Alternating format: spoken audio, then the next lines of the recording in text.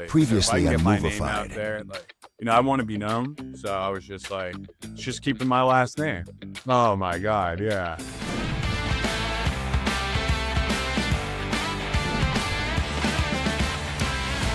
I feel like if my last name was spelled like the proper chocolate bar, like Hershui, I would have totally ran with my last name 100%. I'd have like a little like Hershey's Kiss like moving figure, like the We whole can 9 rebrand yards. this. It's not too Brand late. truck. It's not too A late. real standout. Yeah, for sure. But my last name doesn't work. Okay, cool. I like that. I like that explanation. Okay, Tony, you gave us a story of how you came up with YEG. Now here, you know where I'm leading with this. You now have the initials for just Edmonton. It's limiting yourself to expand, and you're finding this out because somebody wants to expand into Calgary, and you're going a whole different route. Are you ready to share that, or is this going to be the episode where Tony reveals this big surprise that's happening, or am I putting you on the spot here? No, not at all, man. I mean, we're definitely not going to Calgary, which is about 3 hours away with the same name, right?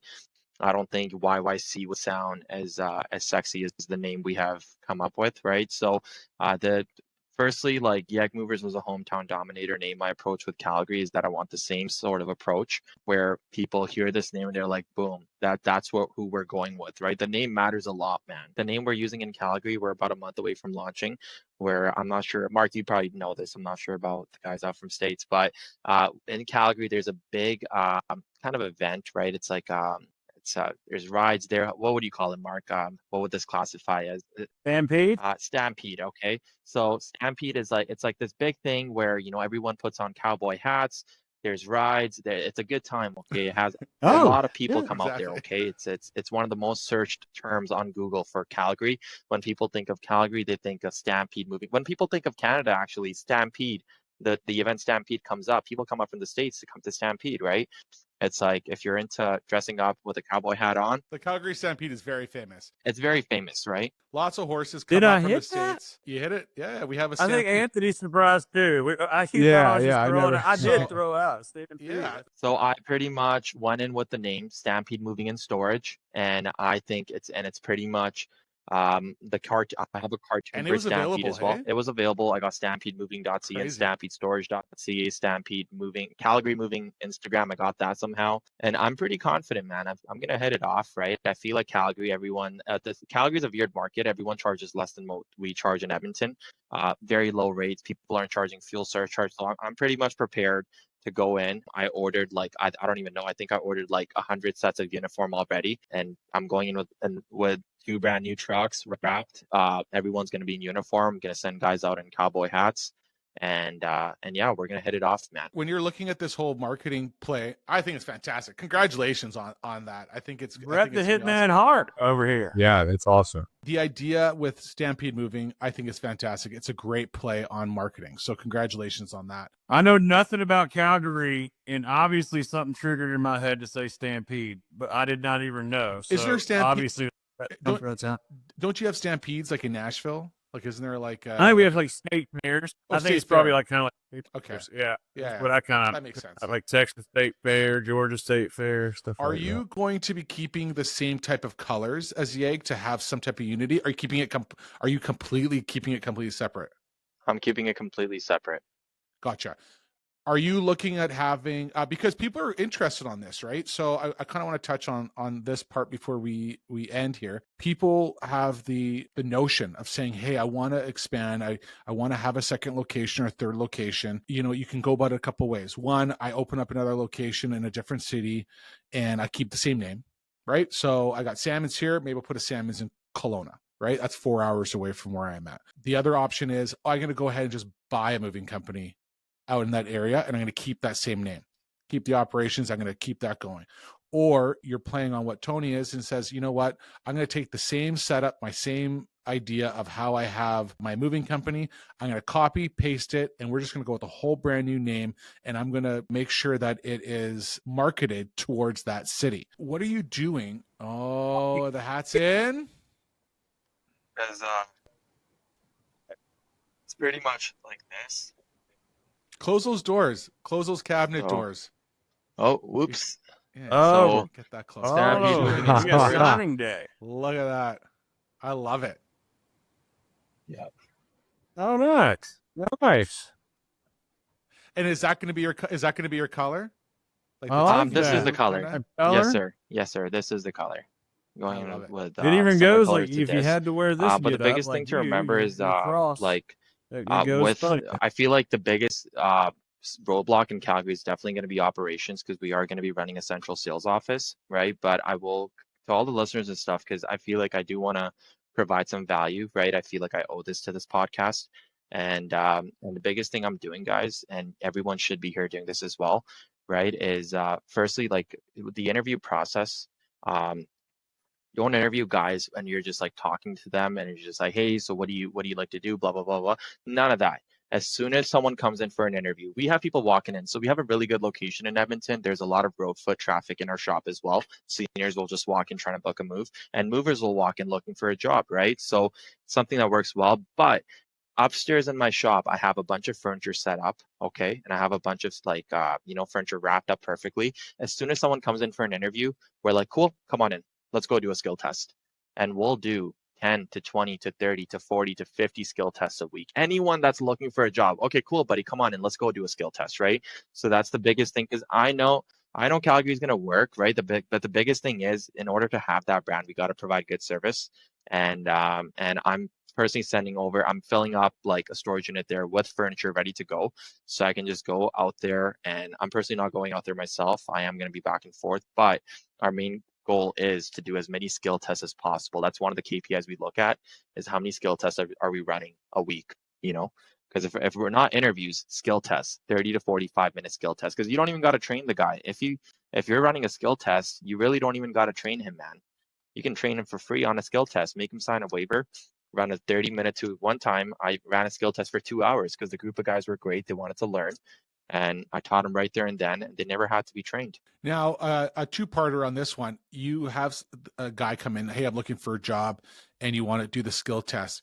Who's running that skill test? Because for those that are listening going, man, like I'm busy. I'm only the guy in the office, and I got to so I have the extra furniture. Usually people are donating it. So I love the idea. We do the same thing here. So who's running that? Okay, so firstly, I normally have one of the movers who's trained to run the skill test, who knows the process in and out. He comes in, you got to get a few things signed, take him upstairs, bring him downstairs. Once the skill test is done, we'll put him on tighten up training, right? And now we've actually come up with our own training videos beyond the skill test. So once they pass the skill test, we put them on smart moving. If they're a driver, we'll put them on Samsara. We'll teach them everything. We'll teach them pretty much everything, give them everything we can, and then we'll put them on the truck, right? But you got to have your dispatcher knows how to do it. Operations manager knows how to do it. A mover knows how to do it. So we have 3 guys. But guys, listen to this, right? The biggest thing is, even though I'm in sales, right, I'm still ruthless with operations, right? Like if I have a skill test, like for example, I noticed shit around my shop, right? I saw a skill test going down and it lasted 10 minutes. And I was like, what the fuck, man? Why did this last 10 minutes? And he's like, oh, it's Jan, we're not busy, blah, blah, blah, blah, blah. And I was like, okay, so I was like, you were, and then Jan went off and then my operations manager, dispatcher were on the trucks for 6 days out of the whole month. So that means we didn't have enough guys, right? And I was like, hey, how are we going to have a June twice as busy as Jan if you guys are on the trucks? And I kind of put him on the spot. And then the next day when another skill test happened, I was like, dude, you got to show him how to pad a door. You got to picture that, hey, I'm walking into a customer's house. I'm going to lay out this floor runner this way. I'm going to pick up the floor runner. I'm going to turn it. I'm going to tape the corner. I'm going to do this. When the customer's looking at me, I'm going to grab whatever the fuck I can grab and just start running. I just got to start running. I got to get going, right? So the biggest thing is, even though I am in operations, I called them out, right? And I'm in sales, I still called out operations, right? So as the owner, you can never step down, man. I know everyone's like, be hands off, make a sellable business model, but be as hands-on as it gets, man. Like it's your business. This is your baby. Especially in your stages, like right here, the right now, everybody's learning from you what the culture 100%. is, and what the standard is on that side. So, Tony, would you be able to, if somebody DM'd you, would you share some of your skill assessment? Absolutely. It's 10 to 15 pieces of furniture. Ideally, you want to show them how to wrap every piece of furniture up and then get them to do it and get them to do it perfectly. right? Obviously, if they're really stupid, then. Do you have like a skill test thing, like any kind of write up or something for them to also complete? We get them to sign off like a waiver, right? If they get hurt or anything, right? And we do go pretty hardcore, so we'll get them to go up and down a set of stairs with a couch, right?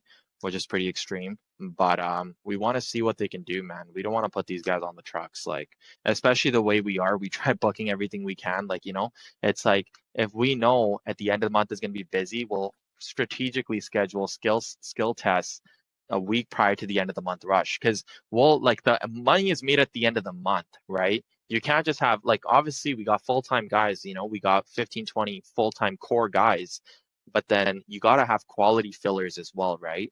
So the way you get those quality fillers is if you know you're sending out 30 guys tomorrow, man, the day prior, schedule like as many skill tests as possible, you know, and then just call everyone the next day and, you know, pay them a 3-hour minimum in the morning. Like, that's the only way you can really go about it. That's what we're doing. That's what we're doing too. We're always hiring, always hiring, always. You can always replace somebody. We work it like a big thing that we do is, you know, I'm no rocket scientist, right? I grew up watching baseball. You can tell by the name. And so what's the move up, move down program in baseball? It's the farm system, right? It's the AAA. You're wearing the Dodgers hat earlier. It's the AAA, single A, double A, right? When you get into baseball, right? I know you're doing volume and you're growing, but when, on my side, when you get into baseball, nobody's making money at 1A, right? When you get drafted in baseball, you go get hired, you go to 1A. That's what we call a teammate, a helper, right? But after 30 days, if this person doesn't have the potential to move up to 2A, he's never going to make us money. So we're always replacing that person, okay? If after 30 days, this person doesn't have any opportunity to ever be a one-truck driver, right, we're going to put him on what we call the bench. If he has potential, we just haven't seen it yet, we're going to put it on what you call the bench, but we're going to play players that can move up to double A. Right? And then once you get to double A, you're driving one truck. We call a 2-truck triple A. Right? So 2 trucks, that's when you are actually having a trade. Right? In this, that's when you have a lot of value. When we lose 2, there's balloons going off over here. But when we lose 2 trucks drivers, that's the trade of the industry. Those are the guys that make our money. Those are true managers.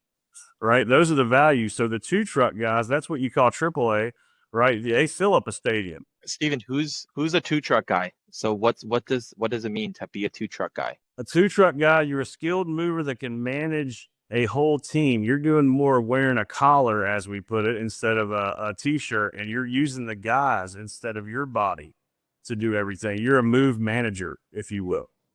And so that's where the talent comes in, is you get 2, 3-truck guys and they're moving big houses. That's a lot different than an apartment mover, right? There's some guys that stay in the double A and they have a value. They can go do apartment movers, but the guys with potential to move up, right, they're going to be the secondary drivers to our 2-truck drivers. So they can learn to move up to AAA, just like a farm system, right?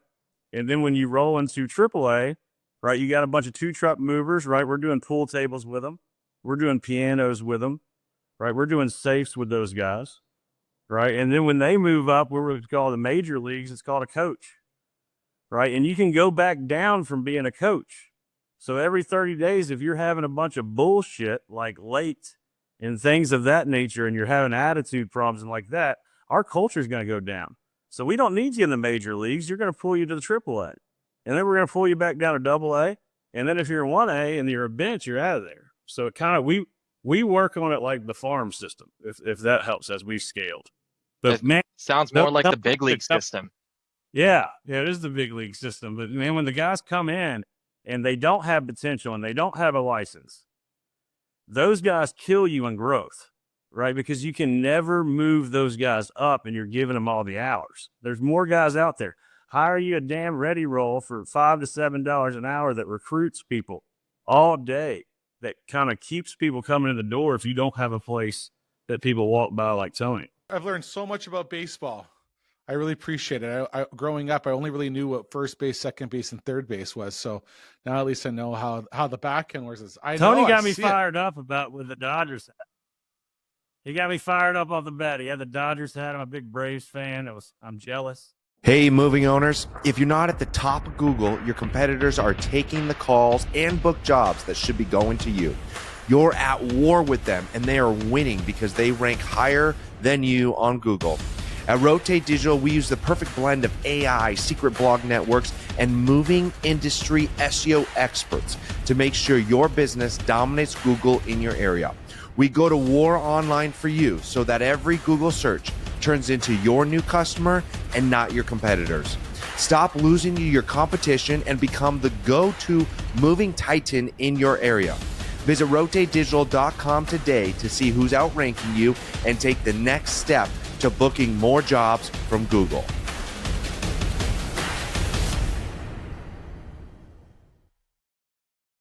Moving companies, you know referrals are the best leads, right? But communicating with customers, tracking progress, managing payouts, it's just overwhelming. That's why at Snowball, we do it all for you. And we're really good at it. In fact, in just a few months, the Snowball platform helped JK Moving generate over $200K in new revenue. We even helped New City Moving book 30 moves in a single month. If you have happy customers, we can get you referrals. Scan the QR code or click the link in the description to get the first 2 months on us. They got all the players, but obviously, Tony, did you go to LA for a little bit, or you just LAX you referenced and you had the Dodgers hat? Is that where you went when you left for a little while? I've been to LA, yeah, once, but I'm trying to make more time to go there. But another thing is, man, like especially when there's a fuck up on a job, when the guys are coming back, especially the guys that are not going to be running full time, right? Because the thing is, you got to remember the key to growing is you're going to run 10 trucks at the end of the month, and then you're going to run 3 trucks in the second week of the month, right? Then you're going to run 12 trucks at the end of the next month, right? So it gets really it gets really hard for operations, right? But the biggest thing is even my operations department's got to learn from this, and I did this too. Like this guy went on this move, and they went on this move, and a big rule I have is that if you're running guys on a rental truck, we try our best not to run any rentals anymore. Like we are adding on our own trucks, but if you're going on a rental truck, better be in uniform and you better send a good guy. Because if you're sending ununiformed guys on a rental truck and they're not that good, they're not like studs, and you're charging high rates, you're set up for disaster, right? So we had that scenario play out once where we had an A player and a B player on a rental truck, and B player wasn't in uniform, right? And the thing is, the customer never said anything about the move didn't go that well. And then the guys came back, and my operations manager was ready to head out for the day. And an operations manager for a moving company has got to be like a 24/7 type of guy who is not going to do anything else but look after your company and baby your company, right? So these guys come back. My operations manager and my dispatcher are ready to head out for the day. I was like, hold up, man, where are you guys going? And I was like, these guys are coming back. This guy's new. He has potential. I was like, why are we not taking this guy upstairs and figuring out what this guy doesn't know? You know what I mean? Because I was like, I bet you money, I'll put money on this, that this guy's going to run for us again. He's going to run at the end of next month again. So I was like, why don't we kind of talk to him and kind of like be like, okay, you showed up. What were you confused about? Why were you not a professional? Why were you not a pro? Why didn't you know what to do? Right. And then I told my operations manager, and I was like, hey man, you sit right there. I put 2 chairs down upstairs. I put my operations manager on one chair, put my dispatcher on the other chair. And I got the guy who was a little bit new, and I got him in here, and I was like, hey, look, man, firstly, I took off my hoodie and I gave it to him. Okay. And I was like, firstly, don't ever show up without a hoodie. And I told my operations manager, I was like, this is what you should have done this morning, is take off your hoodie and give it to this guy. I was like, you're in the office. You don't need to be in uniform. You know, I mean, because, we're growing so quick. Uniform's like a big thing to us, right? Because we're always like just adding more and more guys, and they all need to be in uniform. And I was like, secondly, I was like, you showed up. I was like, what did you do when you showed up at the customer's house? You obviously did the skill set. We told you already what to do. Why did you guys not get a $200 tip for this move? And he's like, this. And I was like, okay, man, listen, this is what you're doing. This is how it's going to be from the second you show up. This is how it's going to be at the start, at the load, at the end of the load, at the start, at the unload, at the end of the move, this is what you're going to do. And my operations manager was so tired of my shit. This is like psychotic shit. You know what I mean? Like he got so tired of my shit. The operations manager, the dispatcher, they're sitting down and they're watching me do all this stuff, right? They literally got up and they're like, listen, man, we're sorry. but this is just like, you're fucking crazy and we'll just do a better job. We're going home. Okay. And I was like, cool, you know? And I set the standard there, right? Like, that's what you got to do, man. And I feel like like marketing, sales, all that stuff is cool, but this is what this is what's going to grow your company. Like, my biggest move, a couple of the biggest moves I sold are customers that said no to us when we gave them the estimate. The biggest move we've actually sold, it was a lady that called to get an estimate to load up one pod, and we sold her on like I think $15,000 or $18,000 move at the end. Storage inbound, storage outbound. We didn't even do storage back then. Okay. And like and she called us to load up a one U-Haul, and she hung up because she got busy. And luckily I just got her address, and I just told her that, hey, I'm coming in 10 minutes. I was told we were supposed to set up a walkthrough. I just assumed that, and then she kind of accepted it. She's like, oh, okay, you're coming in for a walkthrough. I was like, yeah, cool, I'm coming in. And I sold that move and I got it done. And this hasn't happened once, guys. Like, this has happened multiple times where customers said no, they didn't want to go with us. And I just stampeded my way into their home and sold the move and blew their minds away, you know, and asked them at the end that you better refer us. Tony's got the hustle. You said one of those things I wanted to mention to our listeners, particularly our listeners that are newer in the industry. What Tony just mentioned is the secret power, is what the movie you have to do to run and lead a bunch of men. Tony, like, he saw a problem in his operation. He saw a shortcoming in his operation. He didn't wait till it was a problem. He pulled those people in privately and said why, and then set his expectations. And that's what I call opportunity space. That is the secret ingredient with leading men. It's that private, hey, this is what I expect. It's not that hard. It's not right. I teach it every day. Within my own organization, I remind every day. It's that effective communication. If you're going in that room with somebody, come out making them better. And you don't have to do this strike three bullshit. You can make somebody last with you, understand, and be on the same page with you in that opportunity space. And I just wanted to point that out for our listeners. Tony, what you just said is gold. To echo Steven, and it's a great point. Are you a mover looking to make an impact? Discover Moving Letters AI and join the ML Plus Club today. Elevate your customer engagement with the personal touch of handwritten letters. If you want to take your company to that next level, it's the only way to subscribe. If you're doing anything but Moving Letters AI, you need to get on it. So it's going to take your business to that next level. You're going to see an increase in that revenue. Let's go. I highly recommend using this company. They're amazing to work with. They even send you an email on how much work they're producing for you. Don't miss out.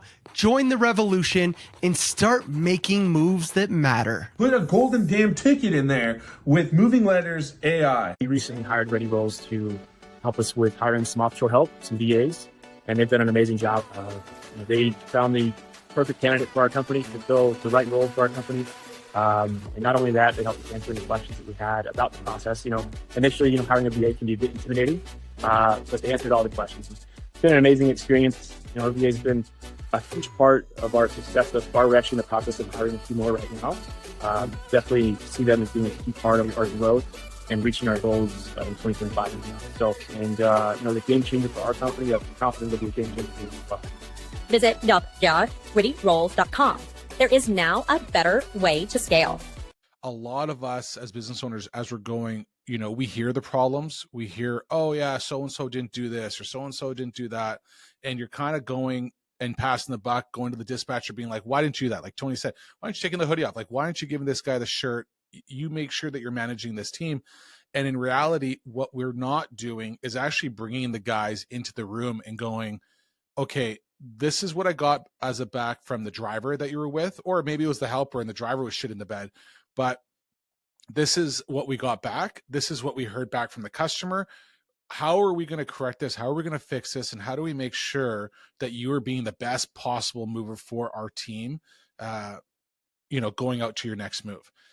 And I find that as business owners, we sometimes slip that. We're not being efficient enough on that. We're just worried about the next sale. We're worried about, what's happening somewhere over here and not what's right in front of us. And finding that player that's like, hey, this guy could be our AAA, this guy could be the coach one day. And we're going, you know what? Fuck it. Don't schedule this guy anymore. He keeps shitting the bed and we're not fixing that solution. right? And this guy's walking away going like, fuck it, I don't want to work for this company anymore. Like, I'm trying to do my best, and he doesn't even know what he's doing wrong. So, we need to make sure, especially, we hear about claims. We're always told this is how we have to handle these claims. What are we doing with the guys that are constantly being a B and C player, and how are we making them an A player? And I think Tony's got something great with what he's trying to do with his team as well too. And before we wrap this up, 2025, it's kicked off. It's started. Anthony, what you've been way too quiet in here. It's I wish you were speaking up more. So, you got to really jump in on here. Come on, buddy. No, I'm just giving you a hard time. I really appreciate it.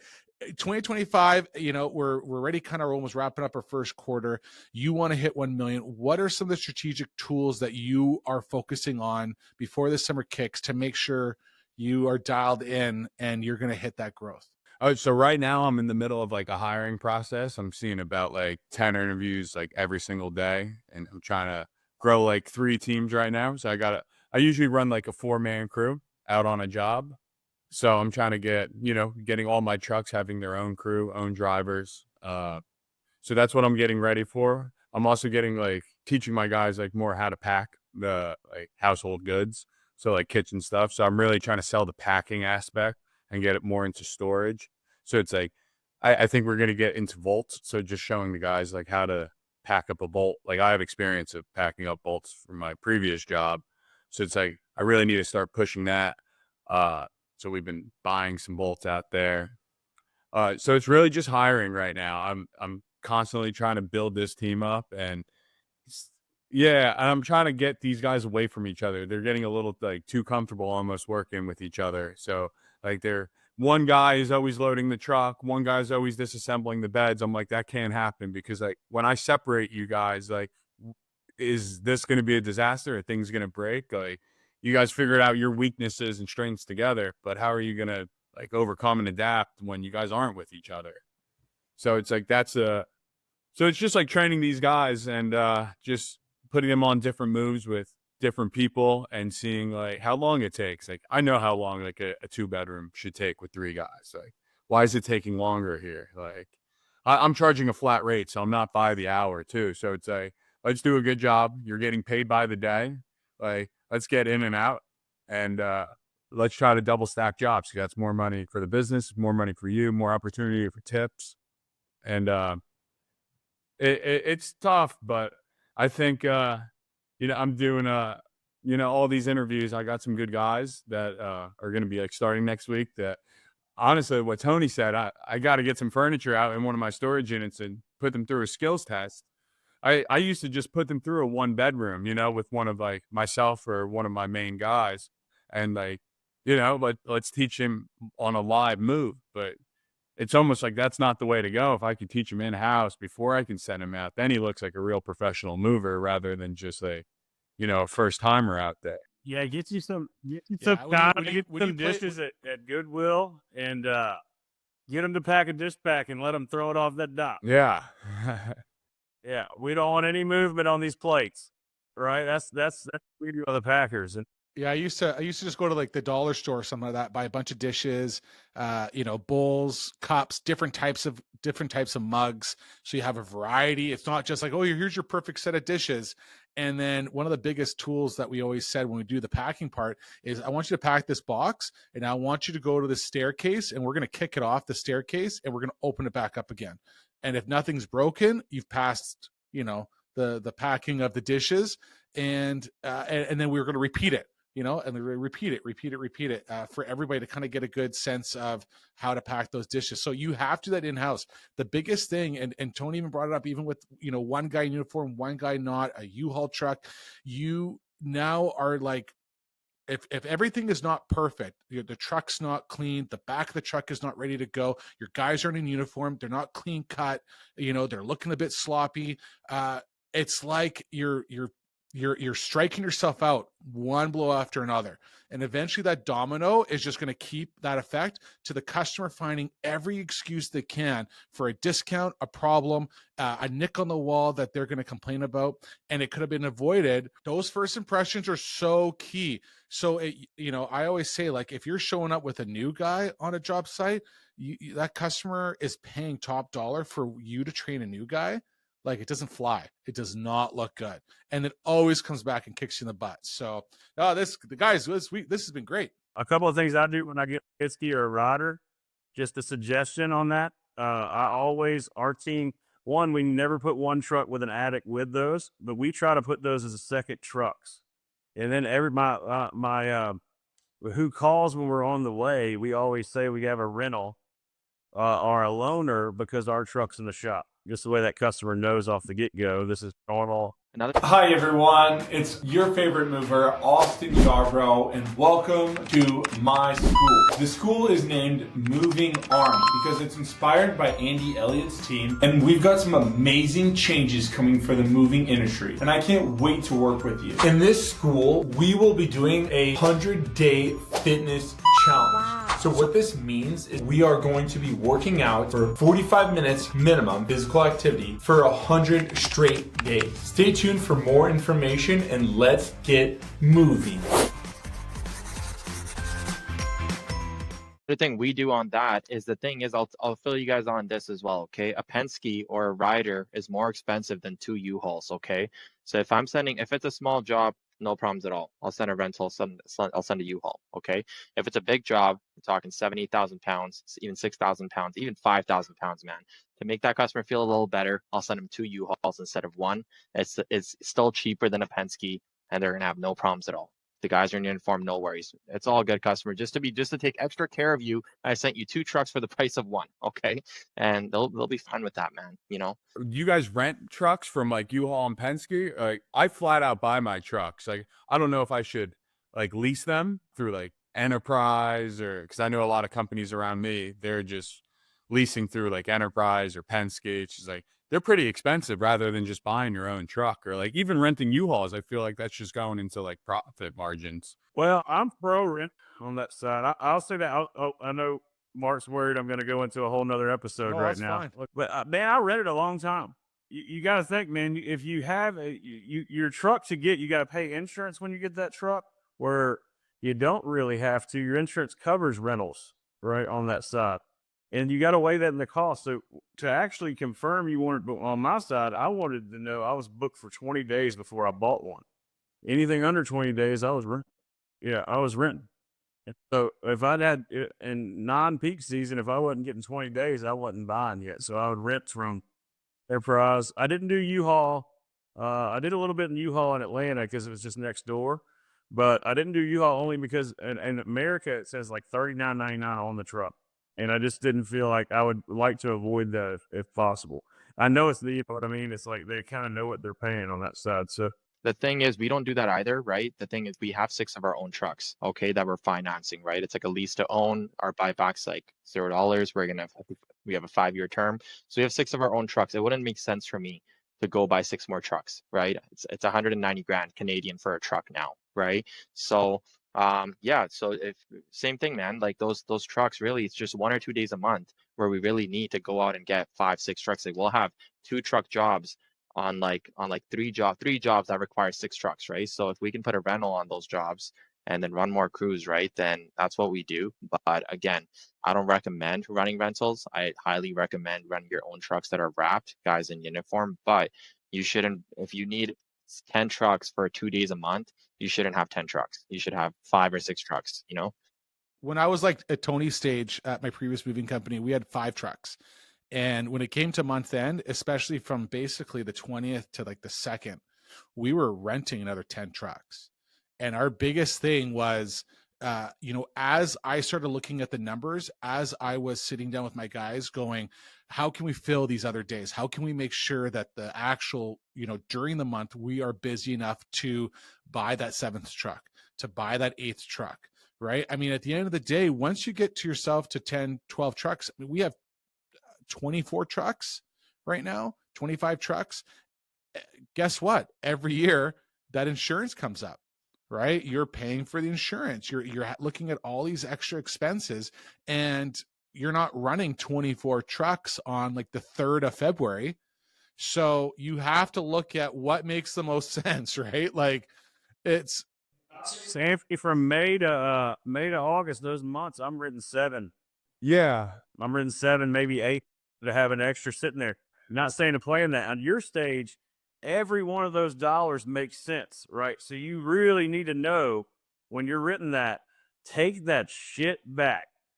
If you're not using it the next day, that's killing your margin for your other trucks the next day. So you're going to be running a lot to Ryder. You're going to be watching their invoices because they always add a day. They always assume you had it for Sunday, right? But that's what you're trading. You're trading running back and forth a little bit at night. And when you're wanting to spend that money to make more business, that's sometimes a good choice, I guess. Yeah, I'm looking to expand a truck a year. I did the same model like Tony. I never said no. Yeah, on the customers at first.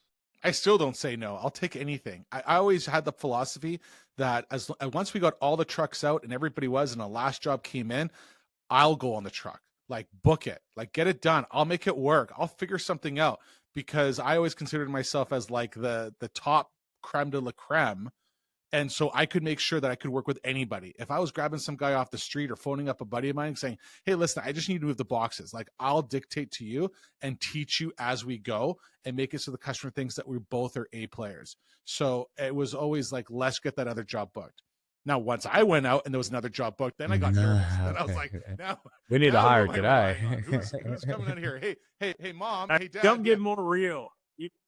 You don't get more real than Movified, right? Here's the reality of the moving industry. You're going to need to throw a guy out there that hasn't gone through 4 days of training, right? That's just reality, right, on that side. But when you do, Tony's got a pretty damn good system to get somebody that knows what to do on a customer, right? And he's not paying for that turnover, because a lot of guys, as we know, will listen to that for 2 hours or whatever and never plan to show up. So Tony's got a pretty good system where he's not paying for that. Anybody watching Steven's camera, he always makes sure his camera pans out when he's got pictures of his family. He always wants to make sure that they're included in the podcast as well, too. I don't think you're noticing, Steven. They're always with me. I want to add one thing onto this, right? I don't know if like some competitor is going to watch this and show this to a bunch of customers or what, right? But we're sending guys, this video to everybody that's in Edmonton and Calgary. Oh, dude, I hope so. They're gonna, because listen, guess what, right? Tony's coming. He's mailing the wood. He's mailing the wood, the hammers, and the nails, saying, "Close up, buddy. Anybody in Calgary, you guys are out of business this summer." Because the thing is, we're still all 5-star moving company owners, right? We're still providing a 5-star, and the dedication is so unreal. This summer, there was a time, I think in August, I talked so much over the phones that I lost my voice at one point. Like, I kid you not. But the vocal cords in my I couldn't talk, man. Okay, so I went to the doctor, and the doctor said, he said, don't talk. And I wrote on a piece of paper, I was like, I have to talk. I run a company, I got movers, right? And that day, my team, I was like, I had a fever, kind of just told me where we trained up guys upstairs. I kind of just went to sleep on one of the couches. There was like so much shit going on. Went to sleep. I wake up at like 9 o'clock. Okay. One thing about us at the end of the month, we're not going to just double stack jobs. We're going to double, triple, quadruple, 5, 10 times X stack jobs. Okay. That's where the money's made on stacking jobs. Right. So I wake up at 9 o'clock from this big nap. I completely fucked up. And a customer calls me and I can't even talk. And he's just like, hey, where are the movers? And I was like, dude, it's 9 o'clock. All the jobs are still not done for the day. I text my operations manager and this guy tells me that it's not done. And I hop on the truck without a voice to myself. And I pick up one of the guys, one of the helpers we have. And I went and did that move myself. And dude, I kid you not, like I didn't even have a voice, man. Right. And I still got this move done. I got back at 3 a.m. and my operations manager was there at 5, 6 a.m. Didn't have a voice. Went to sleep at 4. Woke up at 8, and still worked, man. You know what I mean? So, buddy, I love it, Tony. I love it. There's a level of commitment to this shit, right? Like, and most people can't do it. Battling the closing date reminds me of. I'm having like flashbacks of month ends in like 2008, 2009, 2010 of just like rocking in a chair month end and getting a phone call and being like, gotta do it, gotta hustle. Like we gotta go out and go do the job. This is what's happening. And I used to triple, quadruple out, dude. Oh yeah. You're like a little mini me when I think about that crazy hustle in the beginning stages. Oh man, I love it, guys. This has been awesome. I love it. Look out, Calgary. Look out, Calgary. That's right. All right, you're coming. You're stampeding your way somebody in. I'm not sure you can outwork coming. And can we? I got 2 Canadians here. Can we just have a public service announcement for Big League Movers Canada? I know who you are. It's very short-sighted. I don't know why you would want this name. He's East Coast, we're trademarking East Coast. We don't even talk about him. We're the best coast. Throw that. We're the best it's coast. Very limited. Everything that's out there on social media, hashtag Big League Movers is us. I don't get why you want this. Just you're still smaller. Change it today. I'm looking for you.